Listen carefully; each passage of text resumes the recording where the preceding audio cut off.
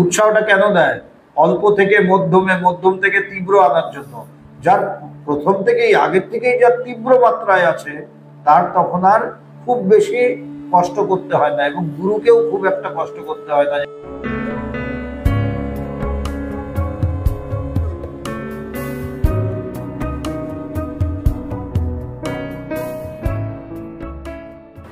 वैराग्यम च मुमुक्षुत्वम तीव्रम यस्य तु विद्यते तस्मिन् एवार्थवन्त सूय फलवन्त समादय। কি বলছে?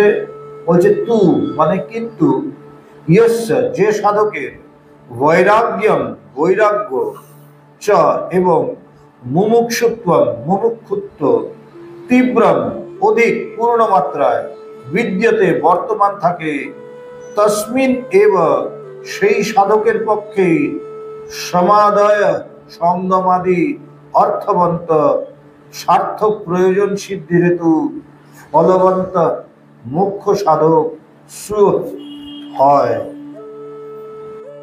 বলছেন কি? কিন্তু যে সাধকের বৈরাগ্য এবং মুমুক্ষা পূর্ণ মাত্রায় বিদ্যমান থাকে।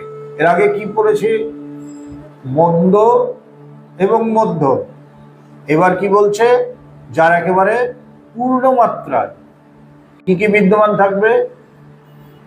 মুমুক্ষুত্ব এবং বৈরাগ্য। কিন্তু যে সাধকের বৈরাগ্য এবং মুমুক্ষা পূর্ণ মাত্রায় বিদ্যমান থাকে, সেই সাধকের সমাধি সাধন সার্থক, অর্থাৎ মুখ্য সহায়ক। ওইখানে তার গুরুর প্রয়োজন পড়ছে, এখানেও গুরুর প্রয়োজন হয়, কিন্তু ওইখানে যেমন গুরুর কাছে গিয়ে সেটা তীব্রতা লাভ করে, এখানে তীব্রতার ব্যাপার নেই। কেন? সে প্রচন্ড মানে তীব্র আগের থেকেই হয়েছে, তখন শুধু গুরুর মুখে মহাবাক্য শ্রবণ করলেই তার হয়ে যায়। শুধু যদি সে গুরুর মুখে মহাবাক্য শ্রবণ করে, তার সাথে সাথেই তার জ্ঞান লাভ হয়ে যায়। গুরুকে তাকে আবার উৎসাহ দিতে দেওয়ার কোনো প্রয়োজন হয় না। কেন? উৎসাহটা কেন দেয়? অল্প থেকে মধ্যমে, মধ্যম থেকে তীব্র আনার জন্য। যার প্রথম থেকেই, আগের থেকেই যার তীব্র মাত্রায় আছে, তার তখন আর খুব বেশি কষ্ট করতে হয় না, এবং গুরুকেও খুব একটা কষ্ট করতে হয় না। যেমন ছিলেন ওই রাজর্ষি জনকের, জনককে মাত্র কয়েকটা শ্লোক বলেছে, অষ্টাবক্র, তাতেই তার জ্ঞান হয়ে যাচ্ছে। মানে গুরুও বলছে, তিনিও অনুভব করছে। কেন? পূর্ণ মাত্রায় মুমুক্ষুতা এবং পূর্ণ মাত্রায় বৈরাগ্য।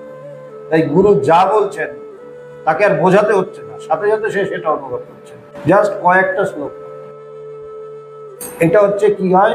যখন পূর্ণ মুমুক্ষুতা এবং পূর্ণ বৈরাগ্য যখন, তখন এটা